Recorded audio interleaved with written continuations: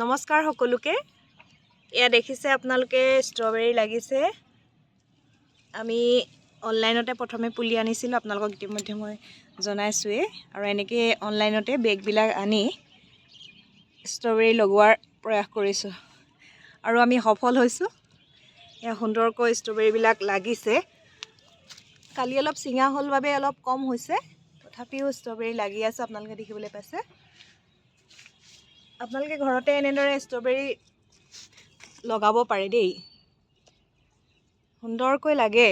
অৱশ্যে ফলটো অকণমান মিঠা নহয়, মানে কম মিঠা হয়, ভালদৰে পকিবলৈ পালে ভালদৰে মিঠা হয়, কিন্তু কিছুমান অলপ টেঙাও লাগে।